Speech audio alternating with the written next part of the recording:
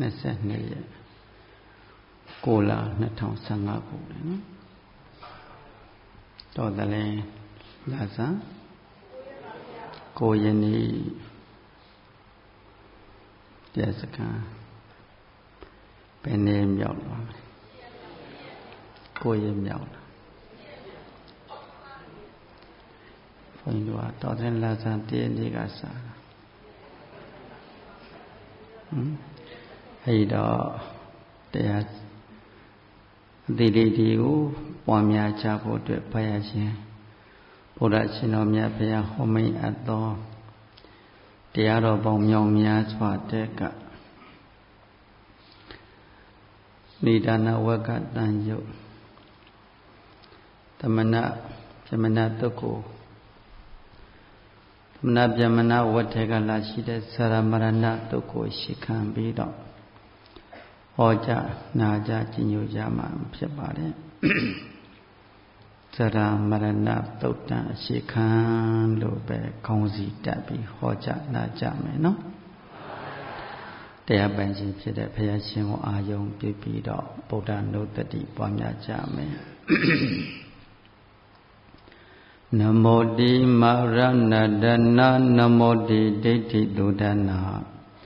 နမောတိတန္တိဒုက္ခရာနမောတိတရဏံကရာမရဏဒနာဒေဝဗုဒ္ဓမံကိလေသာမံခန္ဓာမံမြေစုမံဘိသင်္ခါရမံဟုဆိုအပ်သောမံငါအင်ကိုချုပ်ဖယ်ဖြစ်စည်းတော်မူခဲ့ပါသောမြတ်စွာဘုရားတေရှင်တော်မြတ်ဘုရားအားမယာမကမ္မငါအင်ကိုချုပ်ဖယ်ဖြစ်စည်းလို့ရကုန်သောဘုရားတပည့်တော်တို့သည်နမောရှိခိုးကြပါတော်သည်မြတ်စွာဘုရားဒိဋ္ဌိသူရဏသက္ကာယဒိဋ္ဌိတတရာဒိဋ္ဌိဥစ္စေဒဒိဋ္ဌိအစရှိသော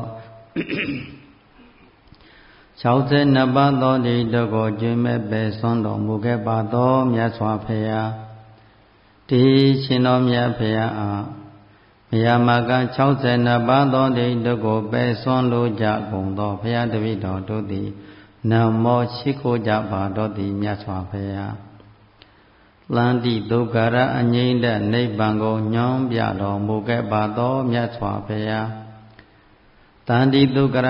1500ကိလေသာဘုဒ္ဓအလောင်းတက်တို့ချုပ်ငြိမ်းရုပ်သိမ်းသောနိဗ္ဗာန်ချမ်းသာကိုညွှန်ပြတော်မူခဲ့ပါသောမြတ်စွာဘုရားဒီရှင်တော်မြတ်ဘုရားအားမယာမကံဘုရားတပည့်တော်တို့သည်နမောရှိခိုးကြပါတော်သည်မြတ်စွာဘုရား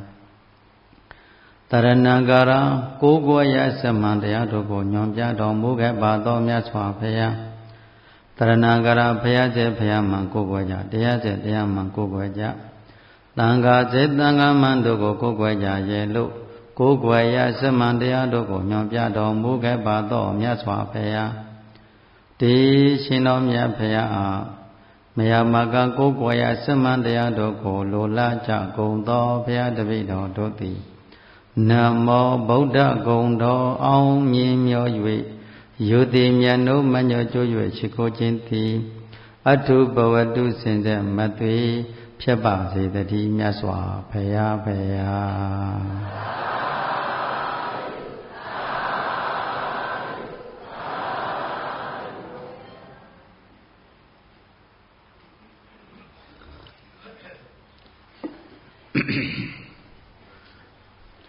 ချမ်းသာတာထိုင်ပြီးတော့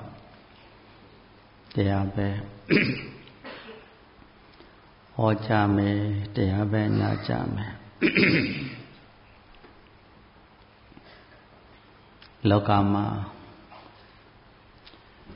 ခန္ဓာတွေကိုခန္ဓာတည်းဟူသောဝင်တို့ဝင်ဘိုးကြီးကိုထမ်းပြီးတော့31ပုံမှာပြင်းနေကြတဲ့တတ္တဝါတွေ31ပုံတည်းဟူသောတန်တရာဝနှောင်အိမ်ထဲမှာနေပြီးတော့နှောင်အိမ်ထဲမှာနေလို့နှောင်အိမ်ထဲမှာမွေးလို့နှောင်အိမ်ထဲမှာတည်ကြည်ပစ္စည်းလာခဲ့တဲ့ဘဝတွေကအနည်းလားအများကြီးလားဘဝတန်တရာကြီးဟာဘယ်လောက် ကြောက်เสียကောင်းတယ်လေဆိုတာစဉ်းစားလိုက်နော်ဘဝနှောင်းအိမ်တဲ့ပြန်ပြောပါဘဝနှောင်းအိမ်လွတ်ဖို့ရှိဆိုသလိုဘဝဒီဥသောနှောင်းအိမ်ထဲမှာလွန်မြောက်ဖို့အတွက်မကြိုးစားရဘူးလားဒါဒီနေ့တရားတွေအားထုတ်တယ်တရားတွေနာဖြစ်တယ်ကျင့်သုံးတယ်ဆိုတာဟာတန်တရာဒီဥသောနှောင်းအိမ်ထဲမှာလွန်မြောက်ဖို့အတွက်ဆင်းရဲခြင်းဒုက္ခပေါင်းမြောင်များစွာတို့ကလွတ်ထွက်ဖို့အတွက်မိမိရဲ့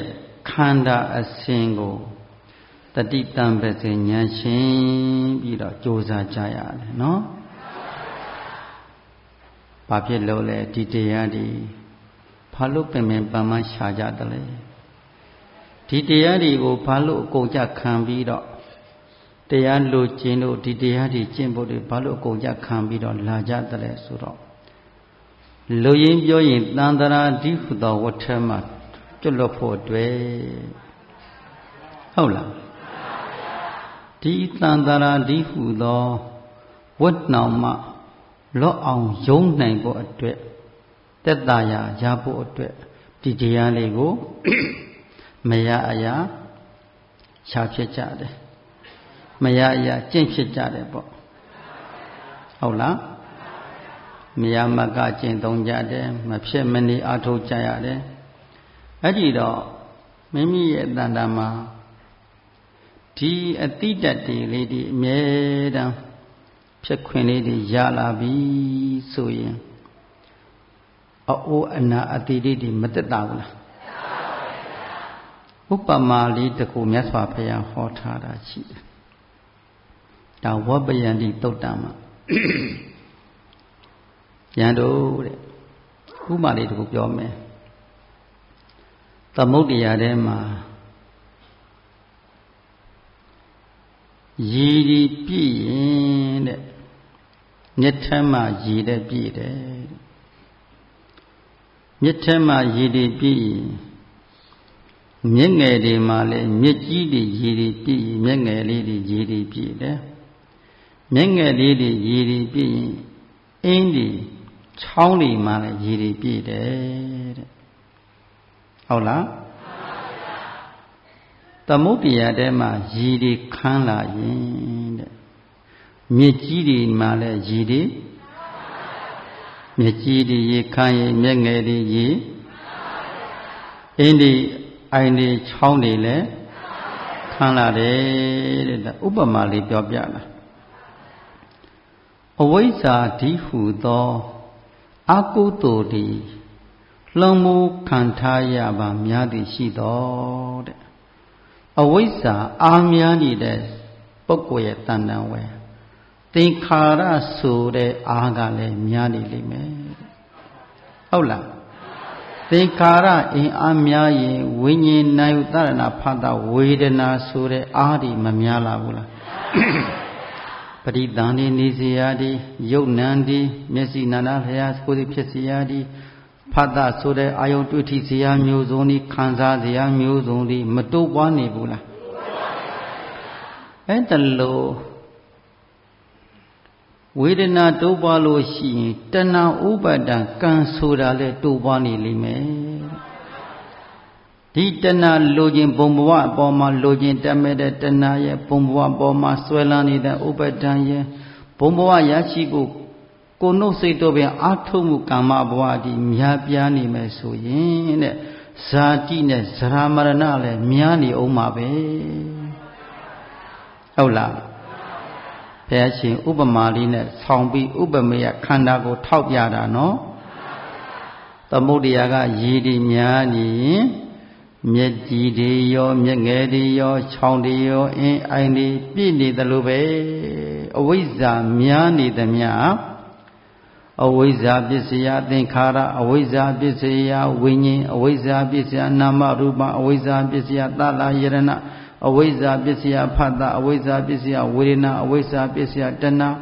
အဝိဇ္ဇာပစ္စယဥပါဒနာအဝိဇ္ဇာပစ္စယကာမဘဝအဝိဇ္ဇာပစ္စယဇာတိအဝိဇ္ဇာပစ္စယဇရာမရဏသောကပရိတိဝဒုက္ခဒေါနဥပါဒသံဘဝန္တိဖြစ်သွားတာပဲ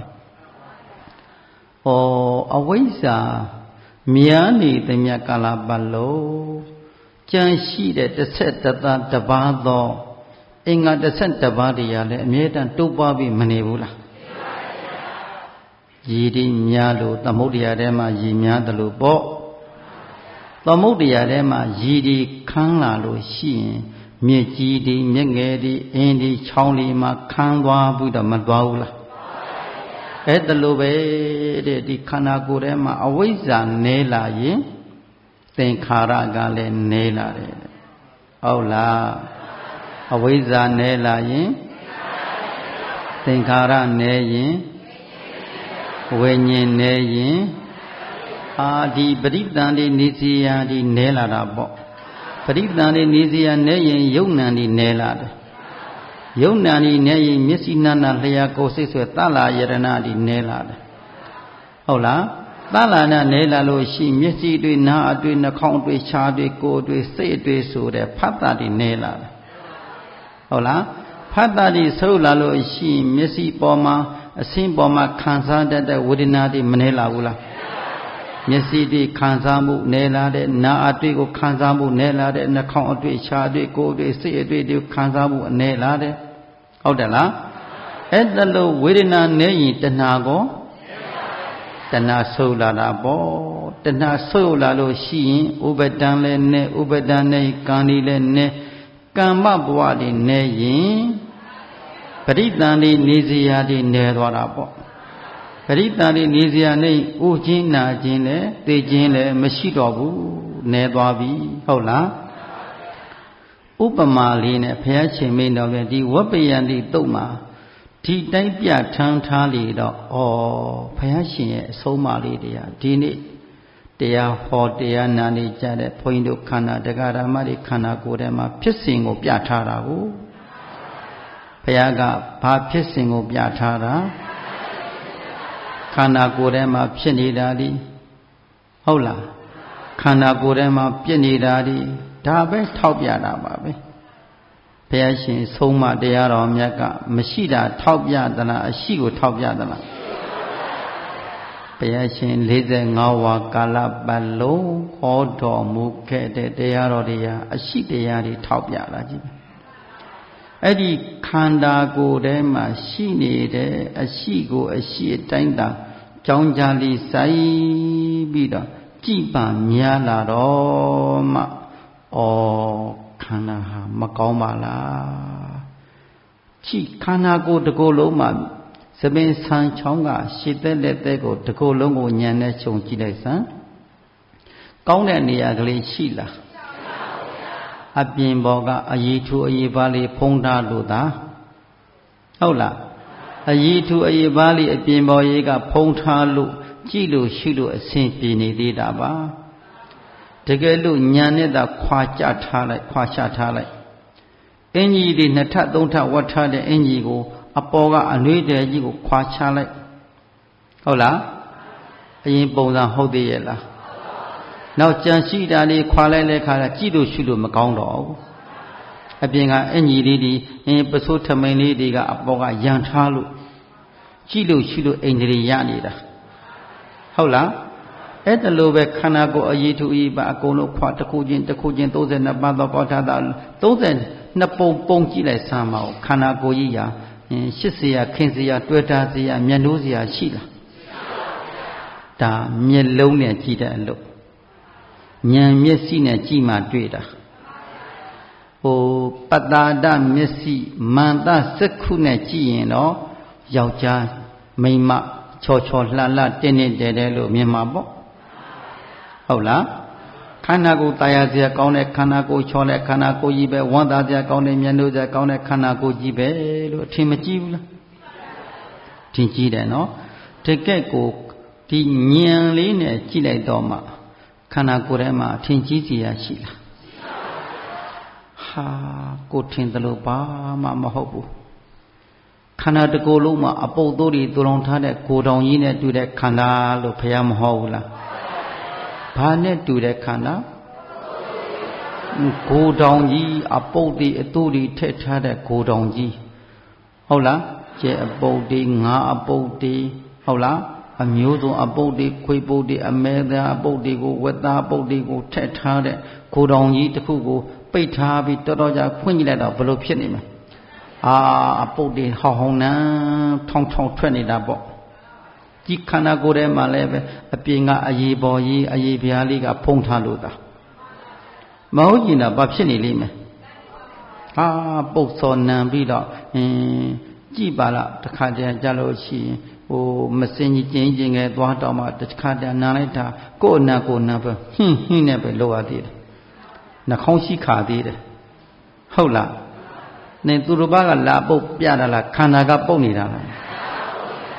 အဲအောင်အရှင်ကအတုပလို့ပြောတာပေါ့အတုပဆိုတာတင့်တယ်မှုမရှိတင့်တယ်မှုမရှိတရားတရားမရှိဟုတ်လားအဲ့ဒါလို့မရှိတာကိုမရှိမှန်သိအောင်ကြည်တတ်တဲ့ပုဂ္ဂိုလ်ဟာတရားသိလာတယ်တဲ့ဟုတ်လားဘာလို့ဖြစ်လာလို့မရှိတာကိုမရှိမှန်သိအောင်ကျင့်နေတဲ့ပုဂ္ဂိုလ်မရှိပါလေကဲတယ်ကိုအရှိအဖြစ်စွဲနေရင်တော့ဒါမှားနေတာပေါ့ဟုတ်လားကိုကအရှိကိုအရှိတိုင်းမရှိကိုမရှိတိုင်းကြောင်းကြလိစိုက်ပြီးတော့ကြည့်မှခန္ဓာတစ်ခုလုံးမှာငါအထင်ပြောက်ပြီးဉာဏ်အမြင်ရောက်လာမယ်ဘာအထင်ပြောက်မယ်ငါအထင်ပြောက်ပြီးတော့ဉာဏ်အမြင်ရောက်လာမယ်ဘယ်မှာလဲငါဘယ်မှာလဲသူဘယ်မှာလဲဘုရားတတ်တော်ဟာမကောင်းတာတွေစုထားတဲ့ခန္ဓာကြီးပါလားကံတွေကလှုပ်ထားတဲ့ကံတွေကလည်းတိုးတာဥအောင်နှိမ့်စစ်နာအောင်နှိမ့်စစ်တိအောင်နှိမ့်စစ်တဲ့ခန္ဓာကြီးရရှိတဲ့ကံပေးထားတဲ့ခန္ဓာကိုယ်ကြီးကလည်းကောင်းတာဒီဘာမှမရှိဘူးဉာဏ်မျက်လုံးနဲ့မကြည့်တတ်တဲ့ခါမှာအဝိဇ္ဇာတဏှာမျက်လုံးနဲ့ကြည့်နေလို့လောကကြီးตายရစရာလို့တွေ့နေရတာပါပဲဘာမျက်လုံးနဲ့ကြည့်နေလို့အဝိဇ္ဇာတဏှာမျက်လုံးနဲ့ကြည့်နေလို့တနည်းအားဖြင့်ပြောကံမျက်လုံးနဲ့ကြည့်ရင်တော့လောကကြီးကိုตายရစရာလိုပါပဲတာနဲ့အမကြီးနဲ့ကမောင်မတော်ဇနီးမေယသမီးသားနဲ့ရှေခင်ကျင်းတနာနဲ့ဒါလေးကိုမမောပြီးနေချရတာပါပဲဟုတ်လားအဲ့ဒါကိုအကုန်လုံးကံအမြင်ဖြောက်ပြီးဉာဏ်မျက်လုံးအရိယာမျက်လုံးလေးတက်ကြည့်ဟုတ်လား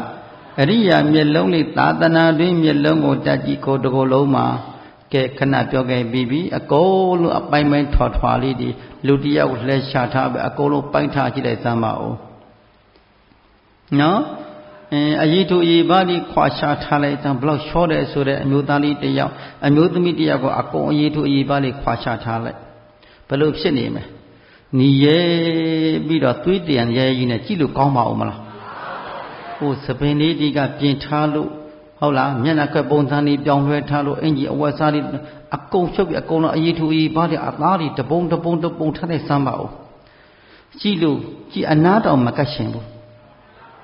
ဘာဖြစ်ဖို့ကောင်းလဲကြောက်ဖို့ကောင်းတာဘာကောင်းလဲပုံစံကြီးပြည့်ပြီးတော့လေဟာစစ်ဆုပ်ပဲကောင်းအဲ့ဒါမှ၄၅၆ရက်တာပြစ်ထားစမ်းဒီပင်လဲကောင်းမလဲမှ၄၅၆ရက်လောက်တော့ပြစ်ထားလိုက်စမ်းဘာတွေထွက်လာလိမ့်မယ်ပိုးတော့ရင်တရောင်းရောင်းနဲ့ပုံပြက်ဆန်းပြက်ခန္ဓာကြီးကလေဒီပြုပြင်ထားလို့သာဟုတ်လားပြုပြင်ထားပြီးရုပ်နဲ့နာဥစ္စာမကွဲသေးလို့သာဒီခန္ဓာကိုယ်ကြီးကိုဟုတ်တယ်လို့ထင်နေကြရတာရုပ်နဲ့နာဥစ္စာကွဲပြီးသုံးလို့ရသေးတယ်လားပုံမလဲလို့ရှိရင်ခွေးကောင်ပုံနွားကောင်ပုံလို့ပဲဟုတ်လားဒီတိုင်းပဲတခါတည်းတရားတခါဓမ္မတကြီးလူတယောက်ကားတိုက်သွားတယ်ပေါ့နော်တနေ့ကတော့တခါကြီးတယောက်စာဆောင်လေးယူလာတော့မနေ့ကဖတ်ကြည့်တယ်၃နှစ်သမီးလေးတယောက်နောက်ကဆိုင်ကယ်နဲ့နောက်ကဖက်ပြီးလိုက်လာပြုတ်ကြလိုက်တာပြုတ်လဲပြုတ်ကြရောနောက်ကကားတိုက်လိုက်တာခေါင်းပြတ်သွားကြည်စံခလေးလေး80လေးခေါင်းရှာလို့မရလိုက်တော့ဘူးနော်ကားပိမ့်ပြီးသွားတာဘလောက်ထိကြည်စံကံတရားဆိုးလိုက်တယ်လဲဆိုတာကြည့်ဟုတ်လား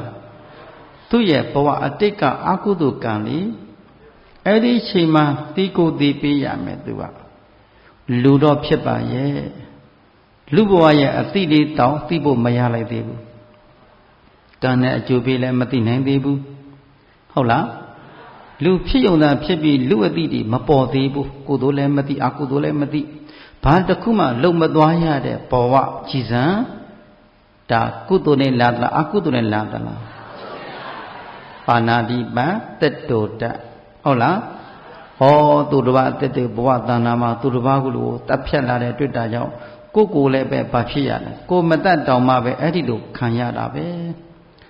ကာတိုက်တာတော့ယထာနဲ့မှယထာတခါတည်းယထာတဏ္ဍာမှာခဏအိတ်နေကြတာတငယ်ချင်းတွေအိပ်ပြီးတော့နေတော့2ယောက်ဟာကံယထာလာတာဒိုင်းဆိုယထာပြီးဖြတ်သွားတာတေးရ2ယောက်ကြည်စမ်းပါဦး3ယောက်မှာတယောက်ကအသားလေးခြောင်လွှဲလို့နည်းနည်းလွတ်လိုက်တည်တယ်ဩကံတရားကြည်စမ်းကြည့်တယ်လောကကြီးဟာဟိုအချိန်စိတ်လို့ရှိရင်ဘယ်နေရာပဲနေဘာဖြစ်တတ်တယ်ဟိုတစ်ခေါက်မိုးကြတော့ကဘုန်းကြီးတို့မန္တလေးကနေမုံရသွားတဲ့လမ်းမကြီးအပိန်းတပိန်းလဲပြီးတော့လူတွေတိလိုက်ကြတာကားပေါ့လေကားပေါ်ကြီးပြီးသွားတာလူတွေကားတွေအများကြီးသွားနေတာနောက်ကားတွေဘာမှမဖြစ်ဘူးအဲ့ဒီကားကြတော့မှလေကလည်းတိုက်ထားတာနဲ့ရေကလည်းအိနေတော့ဒိုင်းဆိုရင်အဲ့အပိန်းကြီးလဲကြတော့ဟာလူ2ယောက်3ယောက်တခါတည်းသိတော့ဒီကားနဲ့ပြီးတော့ကတ်တပိန်းပြီးတော့လောကကြီးကံတရားဆိုတာတရားဓမ္မတွေရဲ့အရှိန်နာရီစစ်ရင်ဘယ်သူမြည်သည့်ပုဂ္ဂိုလ်တယောက်မှကြော်လွှားလို့မရဘူးနော်ဟုတ်တယ်လားဒါကြောင့်မို့လို့မိမိဘဝပေါင်းဒီနေ့ဘုန်းကြီးတို့ရောတရားဓမ္မတွေရောအတိတ်ဘဝပေါင်းမြောင်များသွားတော့တို့မှလည်းအကုသိုလ်ကံတွေအများကြီးလုပ်ဖို့လိမ့်မယ်ဟုတ်လားဒီအကုသိုလ်ကံတွေကများအကျိုးပေးဖို့အချိန်ရောက်သွားပြီဆိုရင်ဘုန်းကြီးဖြစ်စီမြည်သည့်ပုဂ္ဂိုလ်မဆိုကဲမခံပေးနိုင်ရဘူးလားခံကြရမှာပဲနော်သွားရင်းနဲ့လည်းခံသွားရတတ်တယ်နေထိုင်ရင်းနဲ့လည်းတခါတည်းကြည့်လေကားတင့်တဲ့တစ်ထက်နှစ်ထက်ကပြုတ်ကြပြီးတည်တဲ့ပုဂ္ဂိုလ်မရှိဘူးလားဟာတော့ကြောက်စီရကောင်းလဲခံတာနော်ဘာဒီကအမြဲတမ်းအကျိုးပေးဖို့အတွက်ဆောင်းနေတယ်ဘုန်းကြီးတို့ဟိုကုန်ခဲ့တဲ့ဘတ်တော်ကကြည့်ဘုန်းကြီးတို့ရဟန်းတက္ကမတယောက်တော်တင်သိန်းဟိုကိစ္စတကူရှိလို့အဆောင်တစ်ဆောင်သွားပြီးပြောမလို့သွားတာတခုလျှော်လိုက်တဲ့ဒိုင်းဆိုကြီးဆေးုံမှာခံလိုက်ရတာအချိန်ပြည့်မလုံနိုင်သေးဘူးကြည့်ကံတရားကအတိတ်ကအကုသိုလ်ကံလေးတွေကလည်းပစ္စုပန်မှာဘာမှမလုပ်ဘူးနော်အကုသိုလ်ကံတွေကလေပင်ပါဖြစ်သွားတယ်ခေါင်းပါဖြစ်သွားလို့တဲ့တော်သေးတာပေါ့ခွဲစစ်တဲ့လုပ်ငန်းတွေမလုပ်လိုက်ရလို့မဟုတ်ရင်ဘဝပျက်စီးသွားနိုင်တယ်ဟုတ်တယ်လားဒါသည်ဘုသူကအကျိုးပေးလိုက်တာကံကလည်းအကျိုးပေးတယ်ဟုတ်လားဒါကြောင့်မို့လို့အကုသိုလ်ကံတွေကမိုးခင်ဒီမှာသွားလာထိုင်ထတာယောဂီတို့ကိုလည်းတတိပေးနေရတာဘယ်လိုသွားတဲ့အခါလဲမျက်လွှာချသွားကိုသွားမဲ့လမ်းကြည့်သွားဒီကအဆက်တဲ့စင်ကအစလက်ရန်လေးကင်သွားရေရှုခံသွားအိမ်သာသွားဘဲသွားတတိနဲ့သွားတကယ်လို့တတိရှိရင်တက်တာရသေးတာအတိတ်ကအကုသိုလ်ကံလည်းရှိနေမဲ့တတိလက်ပြီးဆိုခံပြီးရောဟုတ်တယ်လားကံတရားဆိုတာမြည်သည့်ပုဂ္ဂိုလ်တယောက်မှကာကွယ်လို့မရဘူးလေဘုရားရှင်ကာကွယ်လို့ရသလားဘုရားရှင်သာကာကွယ်လို့ရမယ်ဆိုရင်သူ့ရဲ့ဦးကြီးတော်သုဘဗုဒ္ဓကြီးဟုတ်လားသုဘဗုဒ္ဓကြီးရသောတရားဖတ်ခမဲတော်ကြီးတုတ်ဖို့အကုသိုလ်တွေသူလည်းရသောတရားနဲ့မိဘတွေပေါ့ဆွေတွေမျိုးဆွေဆက်မျိုးဆက်တွေသုဘဗုဒ္ဓကြီးဟုတ်လားအယတိတောက်ပြီးသူသားသူ့တူတဲ့ငါတူတဲ့ပါဠိညာလိတဲ့မျိုးပြောနောက်ဆုံးမှာဟိုဘုရားကမကြခင်သူမြေမျိုးတော့မှာပဲလို့သိတယ်မြေမျိုးရအောင်ဟိုစင်မြင့်ကြီးဆောက်ပြီးတော့ပြတ်တက်ကြီးဆောက်ပြီးနေတာအဆောင်တွေချထားတယ်မင်းတို့ငါဆင်းလာလို့မိလို့ဆင်းလာလို့ရှိရင်လေအကုန်ဆွဲထားမဆင်းစေနဲ့အဆောင်တွေအပြည့်ချထားတာဒါပေမဲ့အဲ့ဒီနေ့ကြလိုက်တဲ့အခါသူစီးတဲ့မြင်းကတမျိုးလိုထအော်ရတာပဲအဲ့ဒီမြင်းကြီးကသူဖမ်းမှရတာဟုတ်လားဘယ်လိုမှလုံးမရတော့ဖမ်းလို့မရအော်ပြနေတော့သူကချင်းသူ့မြင်းကိုဖမ်းလို့ဆင်းလာတာပြတ်တက်တဲ့ကဆင်းလာတဲ့ကတပည့်တွေကသူ့အဆောက်လေးကလည်းပဲမဟန့်တားဘူးဗျာမိနေတယ်ဟုတ်လား တချို့အဆောင်တွေကလည်းတွန်းတော့တွန်းချလိုက်သေးတယ်တဲ့ဘာကံတွေကအကုသိုလ်ကံတွေကဒါတော့အာကိုရတဲ့ကိုရန်တော်တွေနော်ဟုတ်လားအသက်နဲ့လှဲပြီးတော့မင်းကြီးကိုအသက်နဲ့လှဲပြီးကျွန်ုပ်တို့စောင့်ရှောက်ပါမယ်ဆိုတဲ့ကိုရန်တော်တတ်မှုတွေအနားရောက်တော့ဘာလို့လဲသေးတယ်တွန်းတော့တွန်းချလိုက်သေးတယ်ဒါတွန်းချသူတို့တွန်းတာမဟုတ်ဘူးအကုသိုလ်ကံကတွန်းခိုင်းတာအောက်လဲရောက်မြင်းဖမ်းဘလို့တော့ဒိုင်းဆိုမြေပြီးကွဲပြီးတော့ကဲမြေမခံရဘူးလားကုသိုလ်တတ္တိလားအကုသိုလ်တတ္တိလားဒါကြောင့်အရှိစိရင်ဘယ်နေရာသွားနော်ခံပေးရမှာပဲ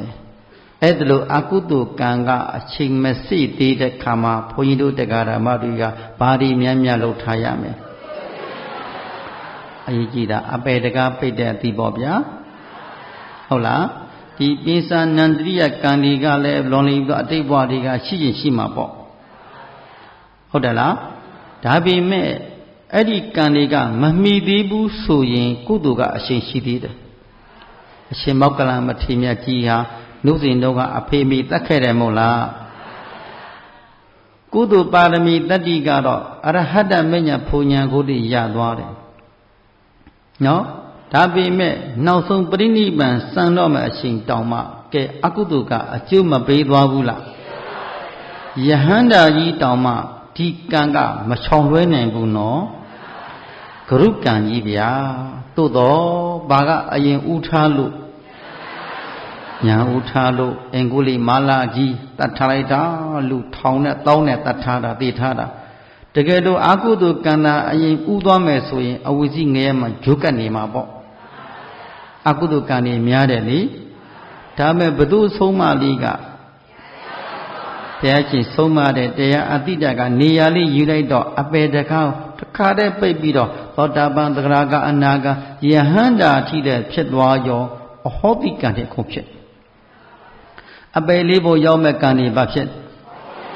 အဟောတိကံဖြစ်သွားချတာအကျိုးမပေးတော့ဘူးကြည်စံကုသိုလ်တွေဘယ်လောက်ဆန်းကျယ်တယ်လဲဝိပဿနာကုသိုလ်တွေဖေအဆုံးမတွေအံ့ဩစရာကောင်းတယ်နော်ဒီပစ္စုပန်မှာကျွလွန်ထားသောပိဿာနန္တိယကံကြီး၅ပါးကလွဲရင်နောက်တဲ့ကံတွေကိုတရားကဖြစ်စည်းနိုင်တယ်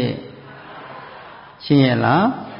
ဒါဆိုရင်ဒီနေ့ခန္ဓာကိုပြောခဲ့ပြီးအဝိဇ္ဇာများရင်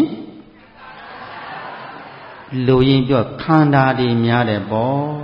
အဝိဇ္ဇာများရင်ဘာတွေများလဲအဝိဇ္ဇာနည်းရင်သမုဒ္ဒရာမှာရေများရင်မြစ်အသီးသီးချောင်းသီးသီးမှာမများဘူးလားသမုဒ္ဒရာရေနည်းရင်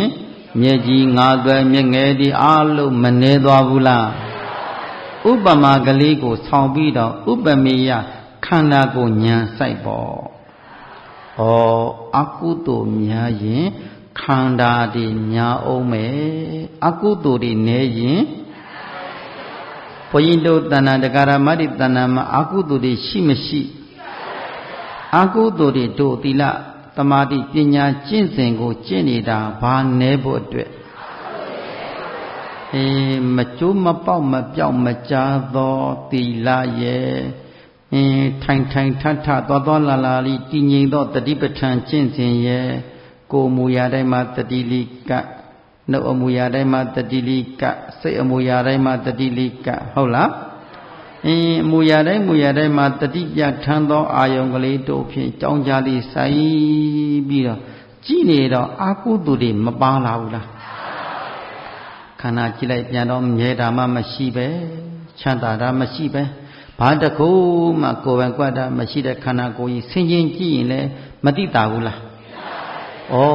ခန္ဓာကိုယ်တစ်ခုလုံးနှိမ့်ဆက်လိုက်တာဟုတ်နိုးလို့ထင်ခဲ့တယ်ငါတစ်ချိန်လုံးကတော့ဟုတ်နိုးလို့ထင်ခဲ့တယ်ချမ်းသာနိုးရည်မြောကို၍သုံးမျိုးမှုကံပြုစီမှ၍ဝိညာဉ်တွဲစားနာယုတ်ကလည်း6ရအနာဖတ်တာ6ပြားဝေဒနာနဲ့တဏှာ6တန်ဥပဒာနဲ့ဖြစ်ရန်အကြောင်းကံဆင်းလောက်၍သုကောင်းသောဇာတိဇရာမရဏဘေတိတိတိမင်းလက်တို့အသက်အနဲ့မယွင်းတေချာဖြစ်ရတာချာဤဆိုသလိုကောင်းနိုးချမ်းသာနိုးနဲ့ကံလေးအမျိုးစုံတော့ကြိုးစားလာတာပဲ ဘယ်လောက်ပဲချမ်းသာလို့ကြိုးစားပဲညာတော်လဲပဲချမ်းသာခြင်းကံတွေရသလားကိုကြိုးစားတဲ့ကံတရားကကံလန်းကအိုနာသည်လေကံရဲ့လမ်းစဉ်ကအိုအောင်နာအောင်သိအောင်နှိမ့်ဆက်တဲ့လမ်းစဉ်ပဲဒီကြောင့်ဒါကြောင့်ဉာဏ်ရဲ့လမ်းစဉ်မှာအိုနာသည်တက်တာတဲ့အလုပ်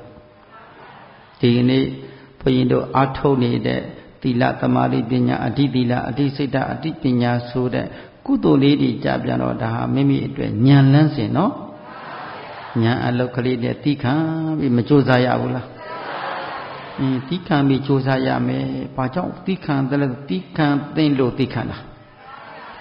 ဒီတရားလေးတီးခံပြီးအာမထုတ်ဖြစ်ရင်ဒီဒုက္ခကမပြောပလောက်ကလေးသာဒီဒုက္ခတဲ့အပယ်လေးပုံထဲမှာကြည့်ပြိတ္တာပုံကြီးကိုကြည့်လိုက်စမ်းပါ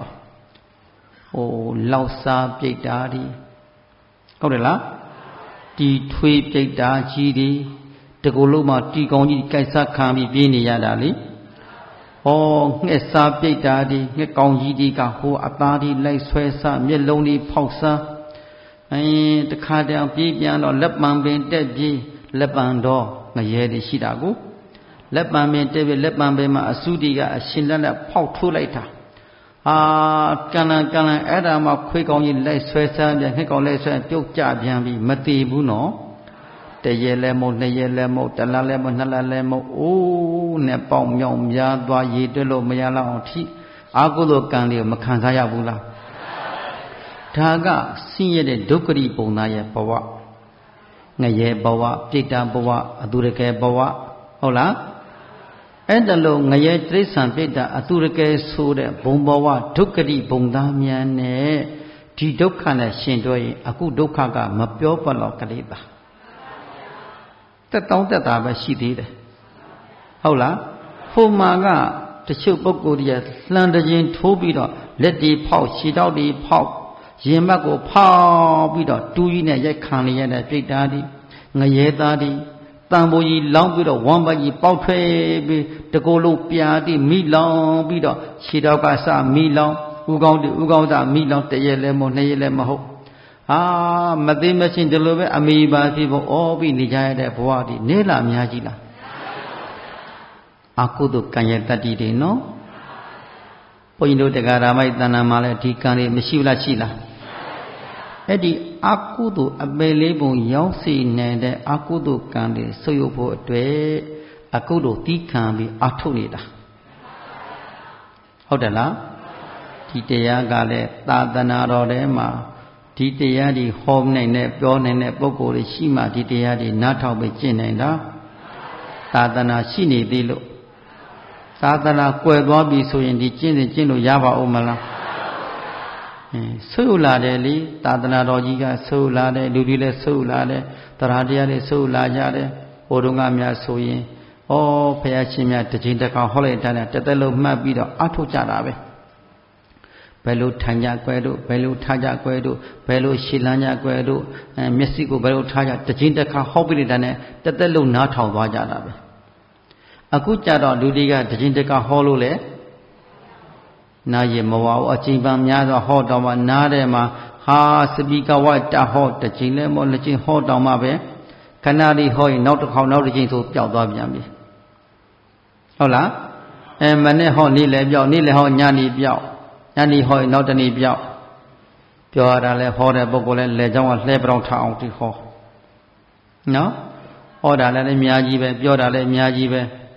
အဲဒီတော့ဘယ်လောက်ဟောမသိတဲ့ပုဂ္ဂိုလ်ကတော့မသိဘူးသိတဲ့ပုဂ္ဂိုလ်ကတော့သိတယ်နော်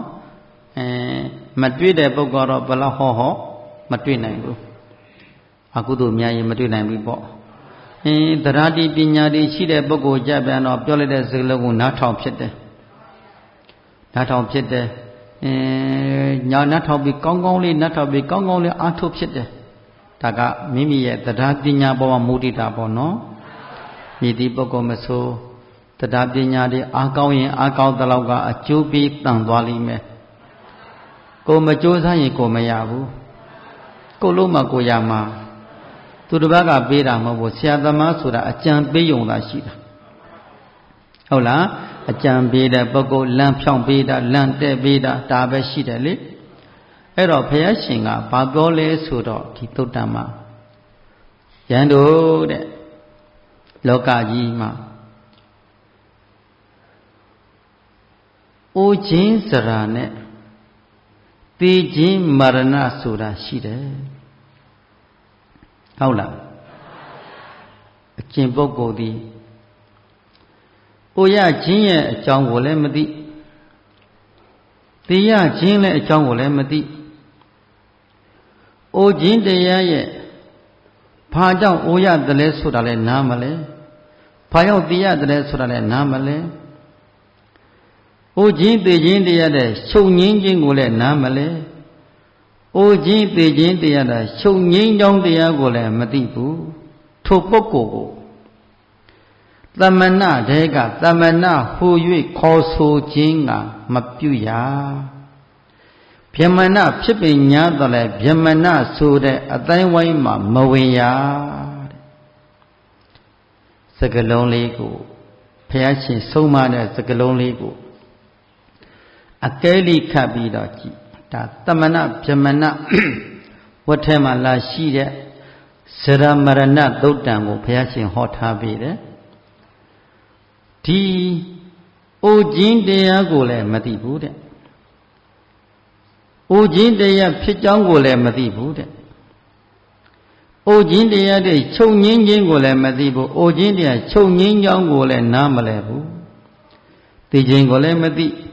သိခြင်းတရားတို့ဖြစ်ကြောင်းကိုလည်းမသိသိခြင်းတရားချုပ်ခြင်းကိုလည်းမသိသိခြင်းတရားချုပ်ခြင်းကြောင်းကိုလည်းမသိအဲ့ဒါလို့အိုခြင်းသိခြင်းတရားတို့ပေါ်မှာဖြစ်ကြောင်းဖြစ်ကျိုးချုပ်ကြောင်းချုပ်ကျိုးကိုသိရှိနားလည်ခွင့်မရှိတဲ့ပုဂ္ဂိုလ်ကိုသမဏဟူ၍ခေါ်ဆိုခြင်းကမပြုနိုင်ဘူးတဲ့ဗြဟ္မဏဟူ၍ခေါ်ဆိုခြင်းကမပြုနိုင်ဘူးဟုတ်တယ်လားဘာဖြစ်လို့လဲလို့မေးလို့ရှိရင်အမှန်တရားကိုအမှန်တိုင်းမသိလို့တဲ့ဘာကိုမသိလို့ဒါကြောင့်အမှန်တရားမသိညာရှိလျာတန်တရာလို့ဆိုတယ်လေအမှန်၄ပါးသစ္စာ၄ပါးကိုသိရှိနားလည်ခွင့်မရဒီသစ္စာ၄ပါးမြတ်တရားကိုသိရှိနားလည်ခွင့်မရှိသောပုဂ္ဂိုလ်တို့သည်မိမိရဲ့ခန္ဓာကိုယ်လည်းနားမလည်တော့ဟုတ်လားဒါအရှင်အာနန္ဒမထေရမြတ်ကိုမြတ်စွာဘုရားဟောတာတခုရှိကျက်အာနန္ဒဘာဖြစ်လို့အိုရတယ်လဲအိုခြင်းတရားဟာမိမိကြောင့်အိုခြင်းတရားရသလားသူတစ်ပါးကြောင့်ရသလားမိမိသူတစ်ပါးကြောင့်ရတာလားဆိုရင်တော့အာနန္ဒတလို့မိမိကြောင့်လည်းမဟုတ်သူတစ်ပါးကြောင့်လည်းမဟုတ်ဘူးမိမိသူတစ်ပါးကြောင့်လည်းမဟုတ်ဘူးတဲ့ဇာတိကြောင့်အိုရတာပဲဇာတိအကြောင်းကြောင့်အိုရဟုတ်လားဘာဖြစ်လို့များပရိသတ်တွေဇာတိဖြစ်ရသလဲလို့ကြည့်ပြန်တော့ကာမဘဝရှိလို့နောက်ဆုတ်တယ်နော်ဒါရှိလို့ကာယကံဇာတိဖြစ်ကြောင်းကကာယကံဝစီကံမနောကံတို့ဖြင့်အာထုတ်လာခဲ့ခြင်းကြီးဟူသောကာမဘဝအကြောင်းကံတတ္တိကြောင့်ဇာတိအကျိုးဖြစ်တာပဲအကြောင်းကြောင့်အဲ့ဒီကာမဘဝဘာကြောင့်ဖြစ်ရတယ်လဲမေးရင်ဥပါဒံကြောင့်တဲ့ဘာဖြစ်လို့ဖြစ်ရကာယကံနဲ့အာထုတ်ဝစီကံနဲ့အာထုတ်မနောကံနဲ့အာထုတ်ရခြင်းသည်ဘသူကြောင့်လဲဆွဲလန်းခြင်းဥပါဒံကြောင့်ကာမဂုဏ်ဒီမှာဆွဲလန်းတဲ့ကာမှုပဒံတို့ဒိဋ္ဌိပဒံအတ္တဝါဒုပဒံသီလပတုပဒံဥပဒံ၄ပါးကိုအကြောင်းကြောင့်ဟောကာမဘဝတွေဖြစ်ရတာပဲအဲ့ဒီဥပါဒံဘာကြောင့်ဖြစ်ရတယ်လဲမေးပြန်တော့တဏှာကြောင့်ပဲဥပါဒံဘာကြောင့်ဖြစ်တယ်ခင်လို့ပေါ့နော်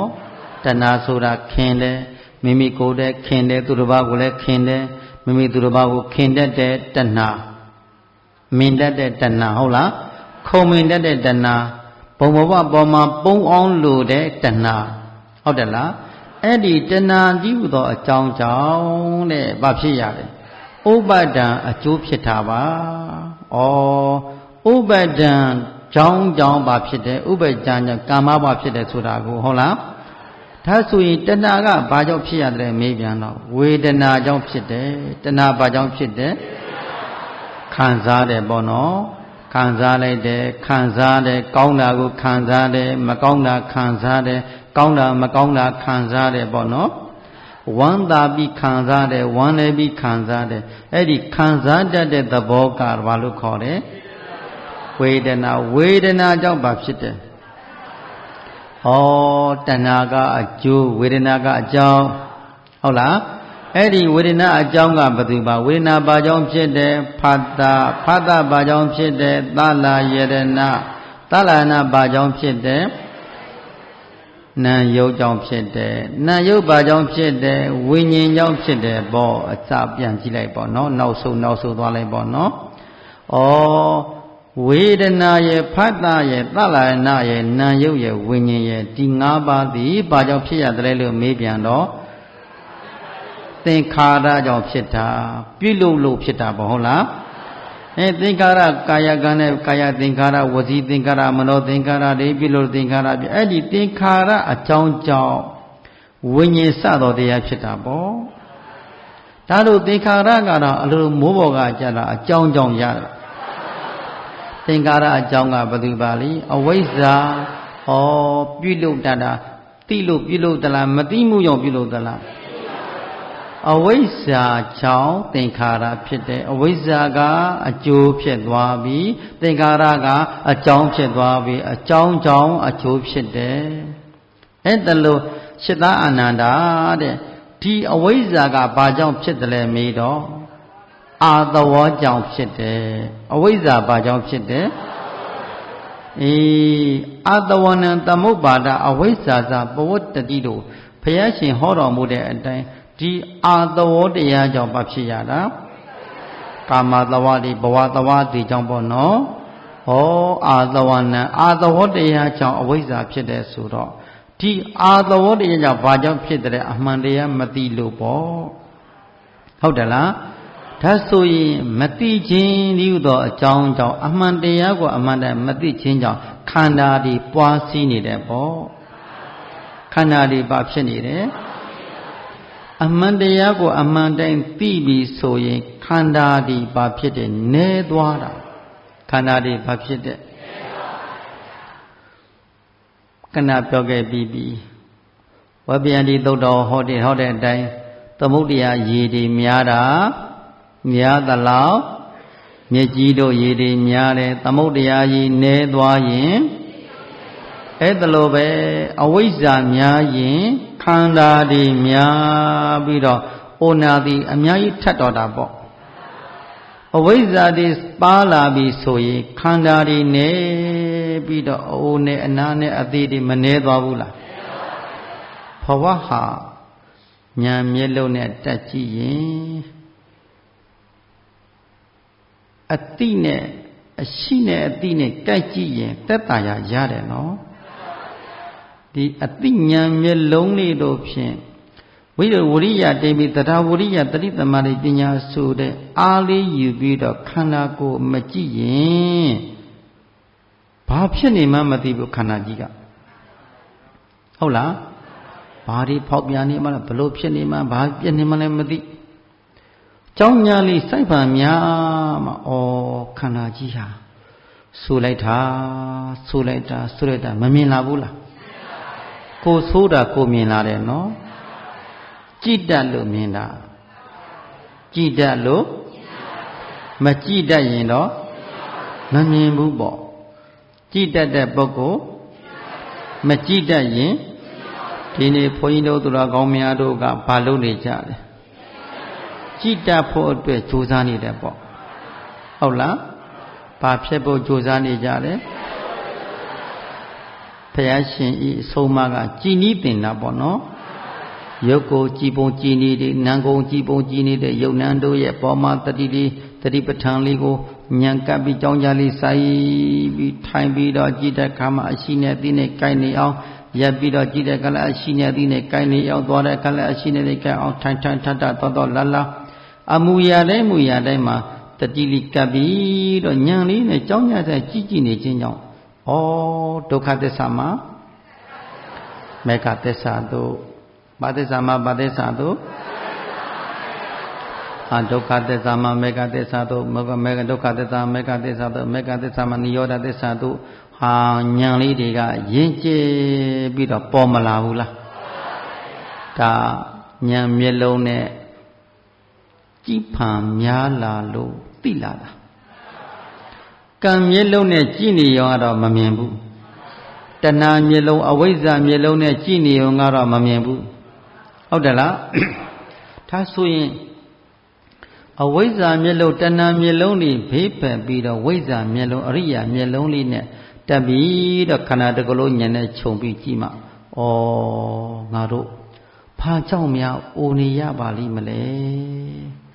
အိုစီတတ်တဲ့ကံတတ္တိတွေရှိနေသေးတာကိုဟုတ်တယ်လားအိုစီတတ်တဲ့သမုဒိယသစ္စာလေးတော့ကံတတ္တိတရားတွေကအိုအောင်နှိမ့်ဆက်နေတယ်မို့လားဇိဒနာသဘောတအမြဲတမ်းရင့်ကျက်ပြီးပြနေတယ်လေဩအိုအောင်ဘသူကလည်းလာလုပ်ပေးတာမဟုတ်ဘူးနော်ဘုရားရှင်ကတော့အိုအောင်လုပ်ပေးသလားတရားပြန်မှာထာဝရကတော့အိုအောင်လုပ်ပေးသလားလောကမှာအိုအောင်လုပ်ပေးနိုင်တဲ့ပုဂ္ဂိုလ်တယောက်မှမရှိနားအောင်လုပ်ပေးတဲ့ပုဂ္ဂိုလ်လည်းမရှိသိအောင်လုပ်ပေးတဲ့ပုဂ္ဂိုလ်လည်းမရှိအိုအောင်နားအောင်သိအောင်ကကိုပြုထားတော့ကံကအိုစီတတ်တဲ့ကံတတ္တိကအိုအောင်အကျိုးပေးတော့တာပဲဒါသမုဒိယသစ္စာတွေဟုတ်တယ်လားလွန်လီပြီးတော့အတိတ်ဘဝပေါင်းမြောင်များစွာတို့ကဘုန်းကြီးတို့တရားဓမ္မတွေအိုအောင်နာအောင်သိအောင်အဖြစ်ဆုတွေမတောင်းလာဘူးလား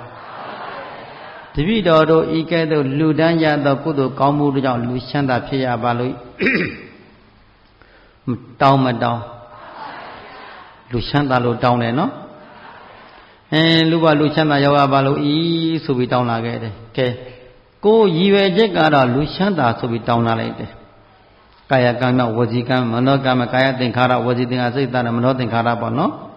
အဝိဇ္ဇာပစ္စယပုံညာပိသင်္ခါရလောက်လာခဲ့တယ်အဲ့ဒီအဝိဇ္ဇာပစ္စယပုံညာပိသင်္ခါရဆိုတော့သစ္စာဖွဲ့လိုက်ပါသမုဒိယသစ္စာအသစ္စာနဲ့သမုဒိယသစ္စာဆိုတော့ဒီသမုဒိယသစ္စာကံတတ္တိကဘုန်းကြီးတို့ပရိသန်နဲ့ဝိညာဉ်ဖြစ်နေလာပြီးတော့အမေဝမ်းကောင်းထဲမှာမရလာဘူးလားဒီနေ့တရားဟောတဲ့ပုဂ္ဂိုလ်ရောတရားနာနေကြတဲ့တရားဓမ္မတွေတို့သင်္ခါရပစ္စယဘာဖြစ်လိုက်တယ်သင်္ခါရကခြေစုပြုလိုက်တယ်နော်အဝိဇ္ဇာသင်္ခါရတဏှာဥပဒံဘဝတူအတိတ်ကြောင့်ရှိရ၅ပါးကသမုဒိယသစ္စာအဖြစ်နဲ့ယက်တည်ပြီးတော့ဖတ်ဆိုရင်သုတိနောင်ပရိသန်တွေအကျိုးပေးလိုက်တယ်သုတိသိနောက်ွယ်မှာပရိသန်တွေအကျိုးပေးလိုက်တော့ပရိသန်တွေပရိဝိညာဉ်အမေဝမ်းကောင်းထဲမှာကိုလလွန်မြောက်ဆယ်လတည်းနဲ့ပရိသန်နေခဲ့တဲ့ဘဝအကျိုးမပေးလိုက်ဘူးလားဒီနေ့ကြီးထွားလာပြီခန္ဓာကြီးကဲလူချမ်းသာလားဒုက္ခသစ္စာလားမိမိအိုနေရတဲ့သဘောကိုဉာဏ်နဲ့ထောက်ဟုတ်တယ်လားတဖြည်းဖြည်းခန္ဓာကိုယ်ကြီးကရင့်ရော်ပြီးပုံစံကြီးပြောင်းလဲလာတယ်မဟုတ်လားတရေနဲ့တရေမတူပုံစံပြောင်းလဲလာတယ်တလားနဲ့တလားမတူပုံစံပြောင်းလဲလာတစ်နှစ်နဲ့တစ်နှစ်ကြည်တခါတည်းတလားနှစ်လားလောက်ကျောင်းကိုမရောက်တဲ့တရားဓမ္မတွေ2လ3လလောက်သာကိုယ်ဝေးကွာပြီးနေတဲ့ပေါ့ဒီနေ့ဝါတွင်းမှာတွေ့တယ်နောက်နေ့ဝါတွင်းမှာတွေ့ရတယ်ကုန်ခဲ့တဲ့ဝါတွင်းလောက်ကပြုတ်ပြီးပျောက်သွားတာဝါဥမှပြန်ရောက်တဲ့ပုဂ္ဂိုလ်တွေပြန်တွေ့ဟာဒီဒကမကြီးအရွယ်တွေကြလာကြည်လားဟာဒီဒကာကြီးဘလို့များဖြစ်သွားပါလဲကို့တော့ပြန်မကြည့်ဘူးကိုကတော့ပြိုလာသလိုလိုဟုတ်လားသူတော်ဘာရဲ့ရင့်ရော်မှုကိုချစ်ချင်းအားဖြင့်ကိုယ်လည်းဘာဖြစ်နေတယ်မနေ့ကဟိုတနေ့ကဘာပြောတယ်တရုတ်ပြည်ကတပည့်လေးတွေကဆရာတော်တဲ့တရုတ်ပြည်လာတော့အခုလောက်မအိုဘူးနော်တဲ့အခုတော်တော်အိုသွားတာပဲတဲ့ခန္ဓာလဲပိန်ပြီးတော်တော်ကျသွားပြီပဲသူကမြင်တယ်ဟုတ်လားဟ ဟုတ်တယ်လို့ခန္ဓာကတရက်နဲ့တရက်ဘာဖြစ်လာပုံစံလေးကပြောင်းလဲလာတာဟုတ်လားပြီးတော့လာတော့ကတဲ့ဝါဝတုတ်တုတ်ကြီးပဲတဲ့တရုတ်ပြည်လာတော့ကအခုပိန်သွားပိန်မှာပေါ့အစားတွေချော့ထားပုံစံကလည်းဘာဖြစ်တယ်ဟိုဝါမှလည်းကြောက်တယ်ပြီးတော့ခန္ဓာကိုယ်ထိမ့်ဖြစ်လာတယ်ဟိုကျမ်းမာရေးကလည်းမကောင်းတော့အစသအရာအကုန်ထိမ့်ပြလိုက်တယ်လေစားတော့တွေတဝက်လောက်ကိုချော့ချလိုက်တယ်ပုံစံဒီအကုန်လုံးအစသအရာပြီးတော့ခန္ဓာကိုယ်ရဲ့ဇရာရဲ့ဒဏ်ရာဓာတ်ချက်ကလေးတွေကလည်းဗျာတိတိတွေခဏခဏပေါ်လာတာကိုဟုတ်လားဒါသဘာဝတရားလေလောကမှာခန္ဓာရသူတဲ့သဘာဝတရားတို့ဟာမဟုတ်အောင်မနာအောင်မသိအောင်ပြုပြင်ထားလို့ရသလားဟာနိုင်ငံခြားအတ္တတွေသိပ္ပံပြလောကနဲ့ဘလောက်အရေးတွေကိုယော့နေအရေးကိုဘလောက်တင်းအောင်လုပ်လို့အတွင်းကတော့ဘာဖြစ်နေတယ်တချို့ရှိနေတယ်လေတချို့ရှိနေတယ်အရေးတွေယော့တဲ့အရေးကိုတင်းအောင်ဆေးတွေနဲ့လို့အရေးတွေဆုပ်ဆွဲချိုးကရှုပ်ဒီကရှုပ်ဟုတ်တယ်လားဘာဖြစ်ချင်လို့လှကျင်တာတေတောင်လှကျင်တာဟုတ်လားတေတောင်ရိုးရိုးမသေးခြင်းပဲခင်ဗျားတို့ကဘယ်လိုမှသိခြင်းတာဟောဘုန်းကြီးတို့ဟိုဩစေရမှာကိုယ်လည်းတရားစကံစပြီးတုံးရင်မြောက်မှာအဲ့ဒီတက္ကမနေမကောင်းတော့သွားလိုက်တယ်တရားတွေပေါ့ဟောပြီးတော့ကင်ဆာဖြစ်သွားအသက်ကင်ဆာတော့လုံးဝအခြေအနေမကောင်းတော့တတိတော်ရသေးတယ်တရားတွေနာဖြစ်တယ်ခဏခဏညီးနေတယ်တဲ့ပထမနှစ်ကဩဆရာတော်တရားနာခြင်းဆရာတော်တရားလေးနာဆရာတော်တွေ့ခြင်းနဲ့အမျိုးသားကိုပြောပြနေအမျိုးသားကမရမကပင်တရားစကားဘုရားတဲ့အရှင်ပြေးလိုက်တယ်တရားတွေဟောပြီးရင်နေ့တိုင်ပိုင်းဟောတော့ညနေသေးရောဘယ်တော့တရားကောင်းလဲဆိုတာ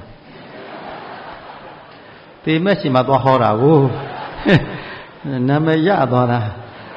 မြောက်ဦးဆရာတော်တရားဟောတာတရားဟောချိုက်တာသေဆုံးသေသွားတာပဲအဲ့လိုတော့မဟုတ်ပါဘူးဗျာလို့ဟိုသေကာနီးမှာကျုပ်ကသွားဟောတာလို့သေအောင်ဟောတာမဟုတ်ဘူးဟုတ်လားအဲ့တော့ပြီးလဲပြီးရောနောက်တရက်ထားတယ်နှစ်ရက်ထားတာပေါ့နော်ဖေတရားစခန်းကအဲ့မှာ9ဆိုတော့9မြောက်တဲ့နေ့မှာသူရေခဲတိုင်းမှာသွားထားပြီးတော့အလှဆင်လိုက်တာဆင်တာကိုမပေး1000လောက်ပေးရတယ်တဲ့ဟုတ်လားဒေါ်လာ1000လောက်ပေးရတာနော်သိန်း100ကျော်အဲ့ဒီနေရာလေးကိုအဲ့ဒီသူတကြိုးဖို့နေရာမြေလေးတူးပြီးအဲ့ဒီမြေနေရာရဖို့တဲ့3000ပေးရတယ်ဒေါ်လာ3000သူများနယ်မှာသွားသေးဖို့စိတ်မကူနဲ့နေရာကိုမရတာဈေးကြီးတယ်ဟုတ်လားကိုမြန်မာနိုင်ငံမီးတကြိုးလိုက်ဘာမှမကုန်ဘူးဟုတ်လားဒါကြောင့်စဉ်းစားမိတယ်ပေါ့ဟာအလောင်းစင်တာပေါ့တရဏဂုံသင်ပြီးတော့ပထမတော့အဲ့လောက်တင်မဟုတ်ပါဟာတက္ကမကြီးအဲ့လောက်တိမချောပါဘူးပေပြီးမှချောလာရင်ဘယ်လိုဖြစ်သွားတာလဲဘုန်းကြီးတော်မျက်စိလဲကိုယ်တက္ကမကြီးများဟုတ်မဟုတ်ရဲ့လားလို့ဟာမျက်ခုံးတွေနဲ့ရှေတာနှခမ်းစည်းဆိုးတွေနဲ့ပုံစံပြောက်သွားတာဘယ်အမျိုးသားလုပ်တဲ့ပုဂ္ဂိုလ်ကမကြည့်ရဘူးလေမပြည့်ရဘူးအတင်းကိုဆွဲထားတာသားတယောက်သမီးလေးတယောက်ကလည်းဘလို့မှလုပ်မရအဲ့ဒါဟိုရောက်အဲ့ဒါသုတ်တန်နဲ့ရောက်ပို့ပြီးတော့တွင်းထဲကိုရှာကတာငိုလိုက်တာတခါကြီးခင်ဗျအိန္ဒြေမရပြီးတော့အဲ့ဒါကိုထက်ချတိကလတရားဘုန်းကြီးကကြည့်တယ်ခေါင်းတဲ့အကျိုးအောက်ကိုနေတာမဟုတ်ဘူး10ပေလောက်ရှာအဲ့ဒီ10ပေလောက်တင်တူပြီးတော့အဲ့ဒီမှာတဖြည်းဖြည်းချလိုက်ပြီးခေါင်းရောက်တော့တခါကြီးဘာလုပ်လဲတော့ဘေးမှာကြံ့ထားတာဖုံးလေးတလို့လှမ်းပြီးပေးလိုက်တယ်ခေါင်းထဲမှာထည့်ပြီးညနေဖုံးဆက်လို့ရအောင်လို့ဘုန်းကြီးမုဒ္ဒဝါဒမသုံးတတ်ဘူးနော်အဟုတ်ဘုန်းကြီးစဉ်းစားမယ်ညတညလို့ဖုံးဆက်လိမ့်မယ်အတုပနဲ့လောကကြီးပြောတာနော်တန်ရောစဉ်ဆိုတာကဟိုအမျိုးသမီးတွေတဲ့အမျိုးသားတွေကပိုတန်ရောစဉ်များတတ်တယ်ဟုတ်လားအမျိုးသားဆွဲတတ်တဲ့ပုဂ္ဂိုလ်ပြောတာပါအားလို့ယောက်ျားတွေလည်းမဟုတ်ပါဘူးကြီးသလားမမေအဲ့ဒီတကအသက်ခါလဲသူ62နှစ်2နှစ်လောက်ရှိပြီ62နှစ်3လောက်ရှိပြီတက္ကမကြီးကတော့59နှစ်လားမသိဘူးရှိတယ် ဒါမဲ့ဟိုမြို့ကြီးပြကြီးသူတွေဆိုတော့ပုံစံအချိုးတွေထုတ်ထားတာကိုဟုတ်လားအဲ့တော့ဘလို့ပြော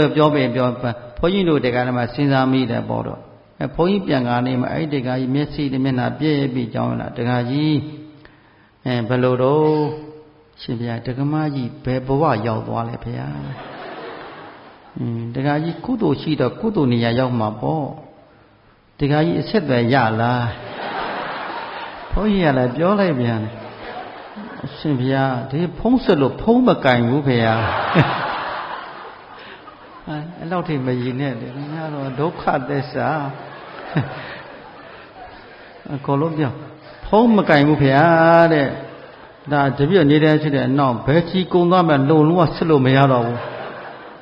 ဟောလောကကြီးကြည်တန်းမဟုတ်အစွဲဆိုတာခက်တယ်နော်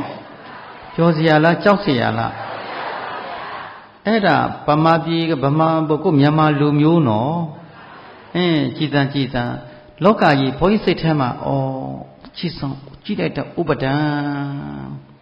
အဲ့ဒါနောက်တစ်နေ့သွားဟိတောင်မှပဲဒီစိတ်မကောင်းဖြစ်သူ့ကိုကြည့်လို့ချင်းညှို့မဲပြီးတော့ရှင်ဗျာဒကမကြီးကမြအိမ်မက်တွေပါတယ်ပေးလားဖေဟာတစ်နှစ်ကြော်ပြီနော်ဘာမှမပေးဘူးလို့ခင်ဗျဒကာကြီးစီကောတပည့်တော်အတန်ပလန်လေးတောင်မပေးဘူးဖေဟာရက်ဆက်တယ်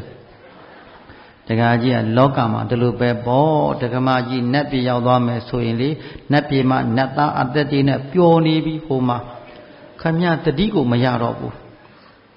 ခင်ဗျတတိကခင်ဗျတို့ဒီဘဝအပုတ်ကောင်ကြီးပုတ်လွန်လို့အနာမကပ်ဘူးနတ်တွေကရှင်ဗျာဒါမဲ့အတိတော့လာပေးဖို့ကောင်းပါတယ်ဗျာသူ့ပေါ်မှာတပည့်တော်သိတန်ရောစင်ရှိတာသိရှစ်တာတပည့်တော်မိန်မောက်ဟောအပုတ်ကောင်ရဲ့တူနေတော့ဘယ်လာအောင်မှာတော့ဟိုးပေးမှလေဟိုဒီနုကရာဇကြိုသတိဇနီးမောင်နှံနှစ်ယောက်ပြောတာလေးတခုရှိတယ်။ဘာပြောလို့ဆိုတော့ဇနီးတဲ့ကသူပေါတတိမကြီးသေးသွားတဲ့အခါနတ်ပြည်ဖြစ်တယ်နော်။စိတ်တူကိုယ်တူလုံးကြတာကုသိုလ်တွေအဲ့တော့ဘာလို့တဲ့သူကနတ်ပြည်ကနေပြီးတော့လာတယ်။သူတထေးစီကိုတထေးကြီးတဲ့မစင်ပင်ဘုံနဲ့ဒူလာသောဟောဒီလူခန္ဓာကြီးစွန့်ပြီးတော့ရွှေအိုးရွှေကွက်နဲ့တူတဲ့နတ်ချမ်းသာကြီးခံစားလဲပါတော့အဲ့ဒါလို့လာအတိပေးတယ်နော်အတိပေးလိုက်တော့မှတထေးကြီးကတတိယအေးငါလက်မရခင်လာခဲ့မယ်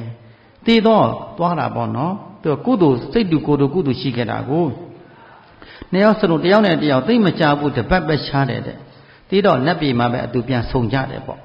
အဲ့ဒါကတော့ကုသိုလ်သူတမတတ္တသမသီလသမပညာရှိတဲ့ပုဂ္ဂိုလ်ကတူမြတ်တော့တတ္တသီလပညာဒီကုသိုလ်တွေတူမြတ်တဲ့ပုဂ္ဂိုလ်တော့သောတာပန်မိတဇနီးမောင်နှံကိုသောတာပန်ဇနီးမောင်နှံဆိုတော့နတ်ပြည်ရောက်မဲ့သောတာပန်ဖြစ်နေကြမှာပဲဟုတ်လားသောတာပန်နဲ့အဓိကနေပြီးတော့အနာဂံဗြဟ္မာ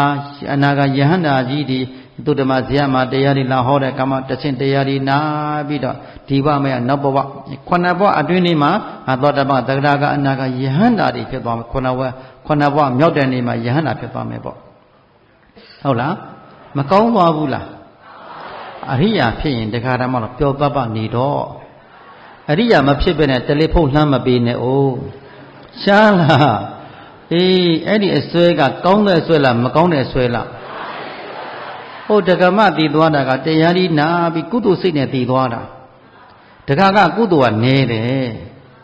ဟုတ်လားစီဝါရေးမှာပဲအလုပ်လုပ်တဲ့အခါကာလလေးမှာကဲဘာမှကုသိုလ်တရားကြီးတရားလေးအားထုတ်တရားလေးမှာအရှင်ဘုရားလာပြရင်တော့တရားထိုင်ပါမယ်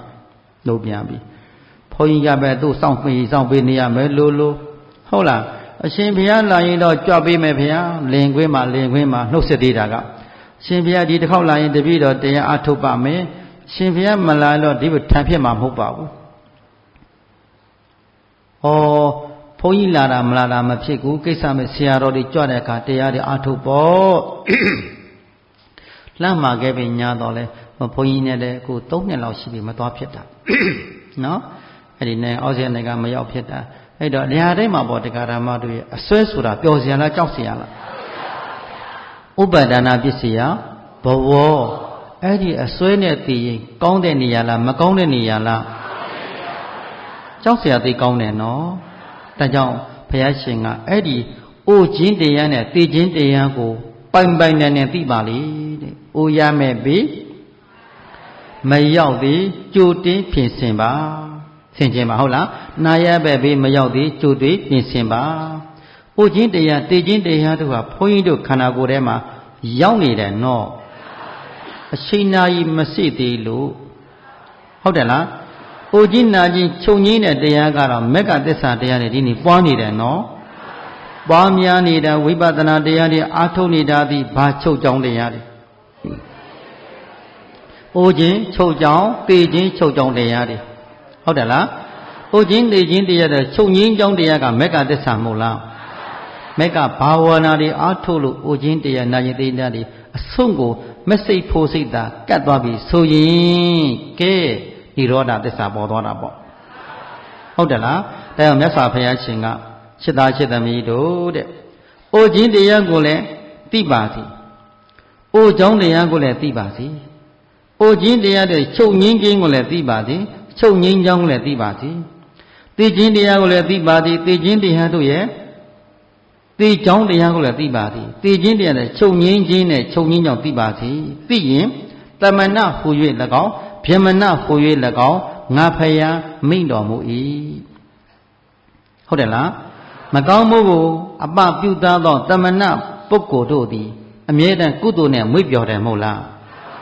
ဒီနေ့တမဏအဖြစ်ဗျမဏအဖြစ်ဗျမဏဆိုတဲ့ပုဂ္ဂိုလ်တို့ကမကောင်းမှုအကုသိုလ်ကိုအပပြုထားတဲ့ပုဂ္ဂိုလ်မှန်တဲ့ဗျမဏလို့လည်းခေါ်တယ်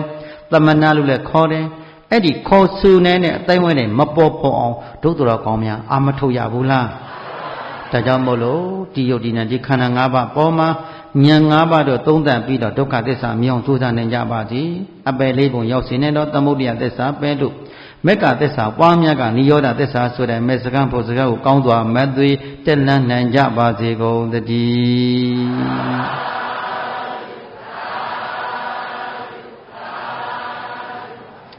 ကုသိုလ်တရားတွေရင်ဝယ်ပိုက်ပြီးဆုတောင်းမြတ်ပေးပေးကြရအောင်ဤသို့ပြုရာ